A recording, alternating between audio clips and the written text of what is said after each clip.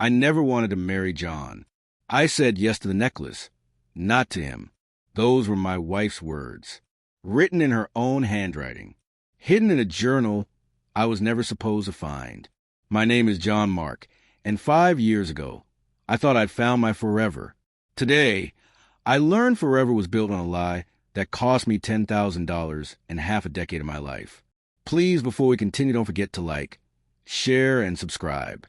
The attic smelled like dust and forgotten things. I was up there searching for the sapphire necklace, the one I proposed 5 years ago on that beach at sunset. Tonight was our anniversary, and I had planned something special, a vow renewal, just us, the ocean, and a second chance to promise forever. The necklace wasn't in her jewelry box downstairs, which was strange because Nicole kept everything important there. Her grandmother's ring, her mother's pearls, all of it organized and displayed. But not the most expensive piece I'd ever given her. Not the symbol of our engagement. I found it in a shoebox pushed behind Christmas decorations, still in its original velvet case, buried under old photographs. My hand shook as I opened it. The sapphire caught the attic light, throwing blue shadows across the cardboard walls. Beneath the case were business cards, 3 of them, all divorce attorneys. My chest tightened. Maybe she was planning a surprise too? Maybe these were old from before we met? Then I saw the journal, leather-bound, her initials embossed in gold. I knew I shouldn't open it. Privacy, trust, all those things we built our marriage on. But my hands were already moving, flipping to a random page dated 3 months ago. I can't keep living this lie. I never wanted to marry John. I said yes to the necklace, not to him. And I've been too ashamed and too comfortable to leave ever since. The world tilted. I heard Nicole's car pulling into the driveway. I sat at the dinner table with the journal in front of me, the canceled caterer confirmation on my phone, the vow renewal chapel booking deleted. 5 years of marriage reduced to lies on paper. Nicole walked through the door, her arms full of grocery bags, humming something I didn't recognize. She saw me and her smile froze. John, please, you weren't supposed to see that. Which part? My voice sounded foreign to my own ears. The part where you never loved me, or the part where you've been planning to leave for 3 years. The grocery bags hit the floor. Apples rolled across the hardwood. She didn't move to pick them up. I can explain. Explain what? That our entire marriage is a performance? That you've been faking it for 5 years? I opened the journal to another page and read aloud. Every morning I wake up and practice leaving in my head. Then I look at him making coffee, smiling like I'm his whole world, and the guilt crushes me. Is that what I am to you? A source of guilt? Nicole's legs gave out. She sank against the wall, hands covering her face. I was going to break up with you the night you proposed. The room spun. What? That beach. I had a speech prepared. I was going to tell you we were moving too fast, that I needed space. But then you dropped to one knee, and all those people were watching, and you opened that box. Her voice cracked. The necklace was so expensive, so public. Everyone was staring, waiting for me to say yes. And I couldn't humiliate you in front of all those strangers. So you married me out of pity? I stood up so fast the chair fell backward. You gave me 5 years of pity? I tried to love you, John. I swear I tried. You're kind, stable, everything a woman should want. But romantic love? That fire everyone talks about. She looked at me with tears streaming down her face. I never felt it, and I hate myself for it every single day. I walked to the bedroom and grabbed my jacket. I'm filing for divorce tomorrow. Behind me, Nicole whispered, I know. Richard Steele's law office smelled like leather and old books. He had that weathered look of a man who'd seen every kind of marriage fall apart. I sat across from him, my wedding ring still on my finger, because I couldn't bring myself to take it off yet. I want this done fast, I said. No drama. Clean split. She can have whatever she wants. I just want out.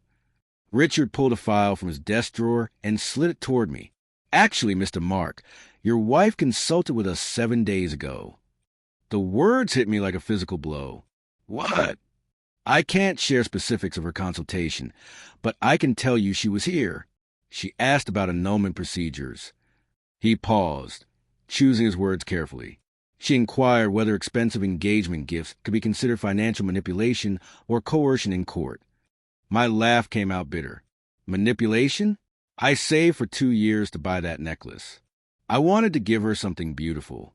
Something that proved I wasn't a broke kid from the trailer park anymore. Your wife seems to believe the gesture itself was pressure.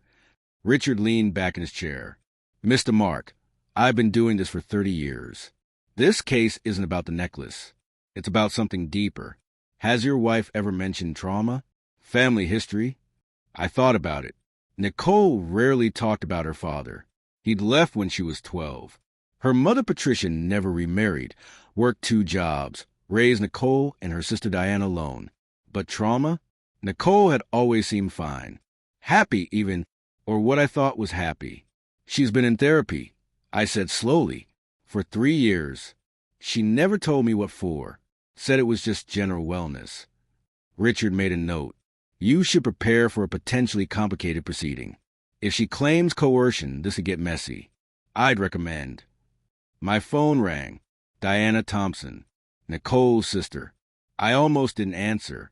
Diana's voice was thick with tears. John, I'm so sorry. I should have said something 5 years ago. I'm a coward and I hate myself. I stepped out of Richard's office into the parking lot. Diana, what are you talking about? The wedding day. The morning of your wedding.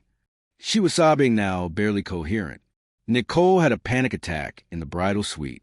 She locked herself in the bathroom for 45 minutes. We had to get the hotel manager to unlock the door. My knees felt weak. I sat down on the curb. She never told me that. She told us, me and her bridesmaids, that she was making a mistake, that she couldn't go through with it. She said she felt trapped. Diana's breathing was ragged. Her best friend Jenna talked her into it. Jenna said it was just cold feet, that every bride feels that way. She said, you'd be stupid to walk away from someone like John. He's perfect on paper. Perfect on paper, I repeated numbly. That's all I ever was to her. A checklist. Stable job. Good income. Doesn't drink. Doesn't yell. The safe choice. John, there's something else. About our father. About why Nicole reacted the way she did to that necklace. I'm listening. Diana took a shaky breath. Our father bought our mother a diamond necklace 20 years ago. It was expensive, beautiful. He gave it to her at dinner, all romantic and public. My mom cried. We thought they were happy tears. She paused. They weren't. Mom had just found out about Dad's affair. The necklace was gilt jewelry. A bribe to keep her quiet. My stomach dropped. Diana? Mom accepted it to keep the family together. Dad left anyway 3 months later. Took everything, the house, savings, even Nicole's college fund. Mom kept that necklace but never wore it. It sat in a drawer as a reminder of beautiful lies. Diana's voice dropped to a whisper. When you propose an expensive necklace, you triggered every bad memory Nicole has about false promises and traps disguised as love. I drove home in silence, Diana's words echoing in my head.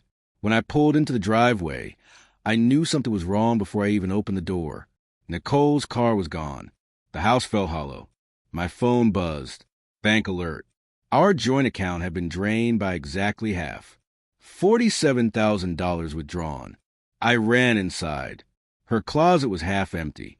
Drawers hung open. The bathroom counter where her makeup lived was bare.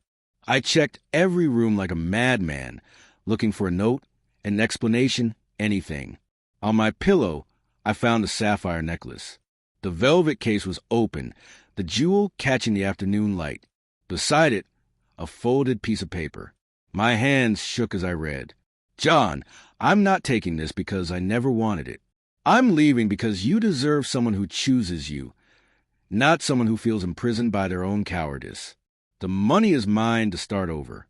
The necklace was always yours. I'm sorry I wasn't brave enough to hurt you 5 years ago. Now we're both paying for it.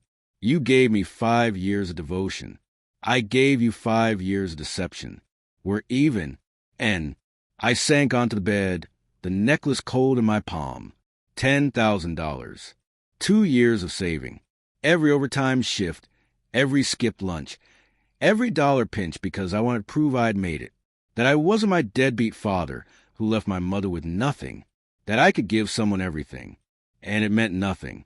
Worse than nothing. It was the reason she said yes when she wanted to say no. My phone rang.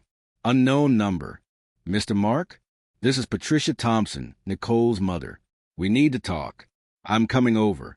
Patricia Thompson sat in my living room with a shoebox of old photographs.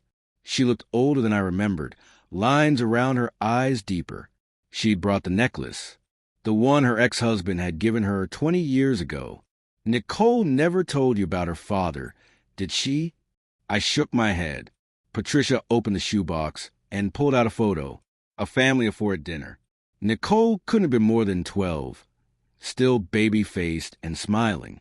Her father, Gregory, sat at the head of the table, handsome and confident. This was taken the night Gregory gave me this. Patricia held up the diamond necklace. It was beautiful. It was also identical in style to the sapphire one I bought. Vintage setting. Ornate. Old world romantic. He presented it at dinner. Made a big show of it. I knew something was wrong immediately. Gregory wasn't romantic. He was practical, sometimes cold. Grand gestures weren't his style. Patricia's fingers traced the diamonds. I'd found receipts that afternoon. Hotel charges. Lingerie that wasn't my size. The necklace was hush money. I felt sick. I accepted it because I thought it meant he'd stop, that he'd chosen us. Nicole watched the whole thing. She saw me cry, saw me put the necklace on, saw me smile and thank him. Patricia looked at me with heavy eyes. 3 months later, Gregory emptied our accounts and left, moved in with his secretary. Nicole was devastated. But the worst part? She blamed herself. Why would she blame herself? Because I kept the necklace. I'd put it in a drawer where she could see it. I'd take it out sometimes and stare at it, wondering if I should have said no, if I should have trusted my gut instead of accepting a pretty bribe. Patricia's voice cracked. Nicole grew up watching me finger that necklace and whisper, I should have said no. She internalized that expensive jewelry equals trap. When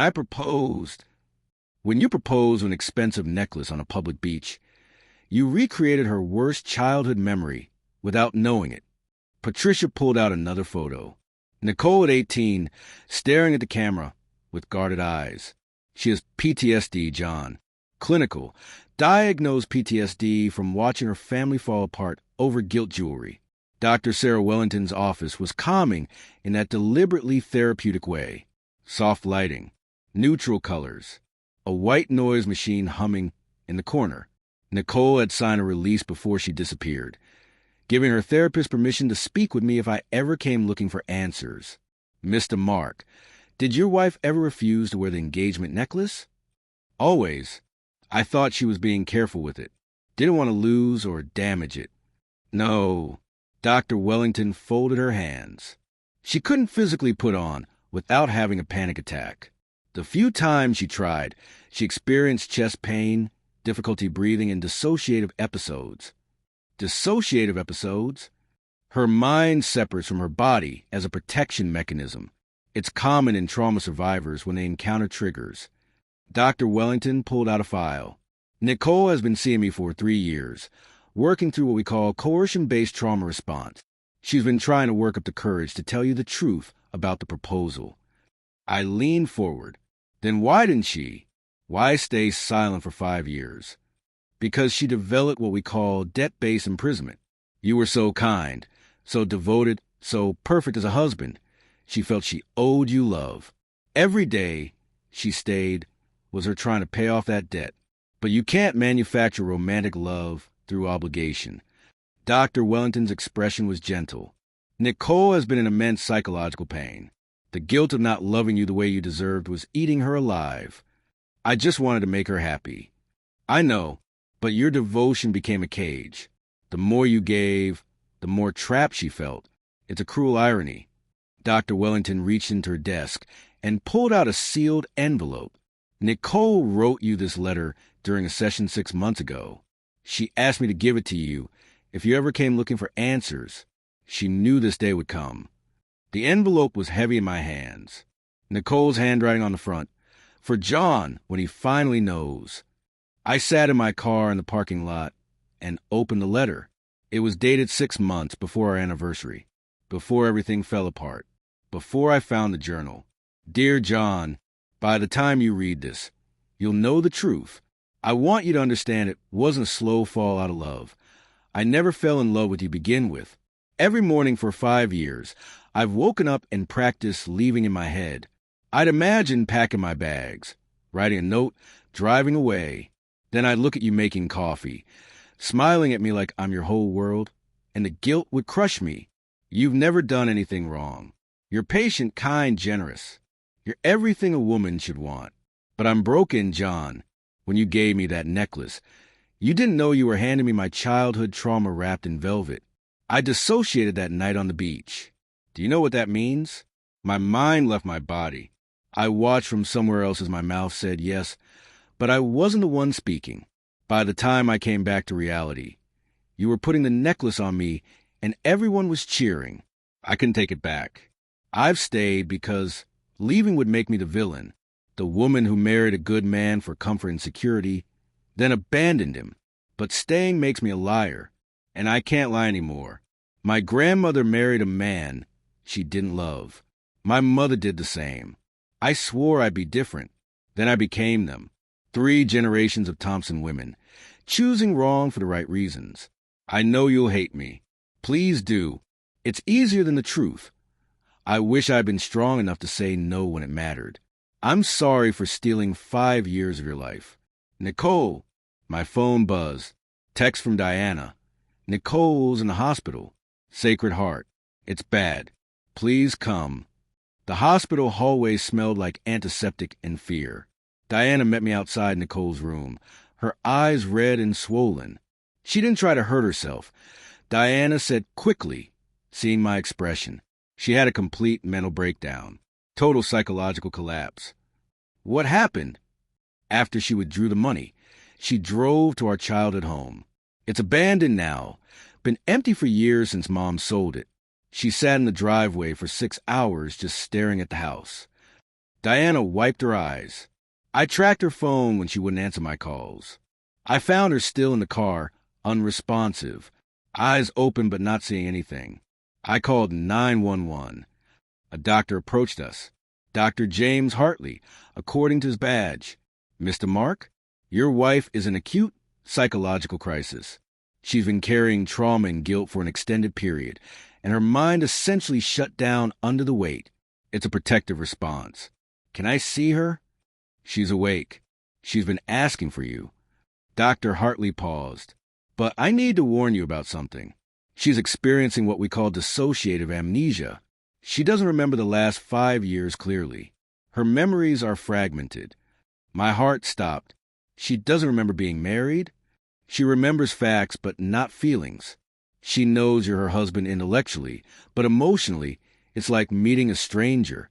The nurse opened Nicole's door. She looked small in the hospital bed, and 4 in her arm, monitors beeping steadily. When she saw me, her expression was confused, searching. You're John, right? My husband. Yes. That's strange. Her voice was distant. I feel like I should feel something, but it's empty. I sat in the chair beside Nicole's bed. The late afternoon light filtered through the blinds, casting stripes across the white sheets. She looked at me like I was a puzzle she couldn't solve. The doctor says I've been married to you for 5 years. That's right. I don't remember loving you. She said it so plainly, without cruelty, like she was commenting on the weather. I remember my father. I remember the necklace he gave my mom. I remember being 12 and watching her cry. Her eyes focused on something far away. And I remember a beach, a sunset, a man proposing. And I remember wanting to scream no. The beeping of the monitors filled the silence. That was me, I said quietly. I was the man proposing. I know. A tear slid down her cheek. Even with no memory, my body knows I hurt you. I can feel it in my chest. This heavy, crushing guilt. What did I do to you, John? Before I could answer, her memory started coming back in pieces. She gasped, hands flying to her head. I said yes. I said yes when I meant no, and then I couldn't take it back. The wedding. Oh, God, the wedding. I locked myself in the bathroom. Diana was crying. Jenna told me it was just cold feet. Her breathing quickened. 5 years. I stayed for 5 years. You made me breakfast. You left notes in my lunch. You planned anniversaries. And I felt nothing but guilt the entire time. Nicole, I kept the necklace hidden because I couldn't look at it. Every time I saw it, I saw my mother's face. I saw my father leaving. I saw the pattern repeating. She looked at me with devastating clarity. I'm so sorry. Even now, knowing I hurt you, I still don't love you the way you deserve. What kind of person does that make me? 3 days later, Nicole's memory was fully restored. We sat in the hospital courtyard, the divorce papers on the bench between us. I'd had them drawn up and served while she was recovering. She'd signed them without argument. I remember everything now, she said. The proposal, the wedding. Every single day I woke up and wished I could feel what you felt. The sun was setting. I thought about another sunset 5 years ago when I believed I was the luckiest man alive. I have to ask you something. I said, if I proposed differently, no necklace, no crowd, just us on a quiet night, would you have said yes? Nicole was quiet for a long time. I don't think so. I was already halfway out the door. I'd been feeling suffocated by how fast we were moving. The necklace just made it harder to say no, but John... She looked at me. I don't think I was ever going to marry you. I'm sorry. I nodded. I already knew. I think I'd always known. I loved you like a best friend, Nicole continued. Like someone who makes me feel safe. But I was never in love with you. And I know that's not enough for a marriage. You deserved passion, and I gave you comfortable companionship laced with resentment and guilt. Why did you ask for me in the hospital? Because even though I don't love you romantically, I do care about you. And I needed you to hear the truth from me, not from letters or therapists. She touched my hand briefly. You're a good man, John. The problem was never you. It was me and my broken patterns and my inability to be honest when it mattered. I stood up. The sun had set fully now, the courtyard lights flickering on. I'm finalizing the divorce. Not because I hate you, but because you're right. You can't force love. And I can't keep loving someone who has to force themselves to stay. Nicole whispered, thank you. As I walked away, I heard her crying, but I didn't turn back. 6 months later, I was living in a new apartment across town. Smaller, simpler, mine. I'd started seeing someone, Lily, a woman I'd met at a conference who'd asked me out first, who'd kissed me first, who'd chosen me enthusiastically from day one. It felt different. Right. My phone buzzed with a text from Nicole.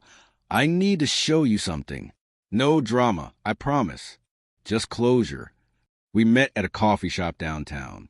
Nicole looked different, lighter somehow, like a weight had been lifted. She slid an envelope across the table. Inside was a check for $5,000 and a receipt from an estate jewelry buyer. I sold the necklace, Nicole said. Donated half to a women's trauma center. This half is yours. I know it doesn't fix anything, but you deserve something back. Nicole, I don't want. Just take it, please. She pulled out a small velvet box and opened it. Inside was a simple silver bracelet engraved with words I couldn't quite read. She turned it so I could see. Truth over comfort. I bought this for myself. To remember that the kind thing isn't always the honest thing. That staying in a loveless marriage to avoid hurting someone is actually the cruelest choice. She fastened it around her wrist. I'm dating someone now. Someone I chose freely, without pressure or trauma clouding my judgment. And when he asked if I love him, I said, not yet, but I want to try. And that felt like the first honest thing I've said in years. I smiled despite myself. I'm glad you're free. I'm glad you are too. Nicole stood to leave, then paused. You deserve someone who jumps at the chance to marry you, John. Not someone who feels trapped by your devotion. I hope you find her. I think I have. We parted as friends. Friendly strangers, really. People who'd shared 5 years but never truly knew each other.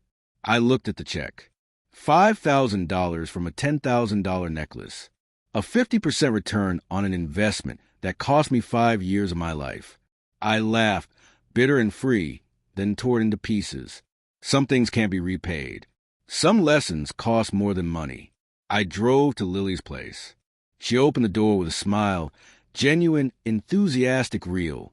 That's what mutual love looks like. That's what I'd been missing. As I pulled her close, my phone buzzed one last time. A text from an unknown number. "John, this is Gregory Thompson, Nicole's father. I know I have no right, but I need to tell you something about that necklace. There's a history you don't know. Can we talk?" I deleted the message. Whatever demons the Thompson family had, they weren't mine to fight anymore. Some stories don't need endings. They just need to be left behind.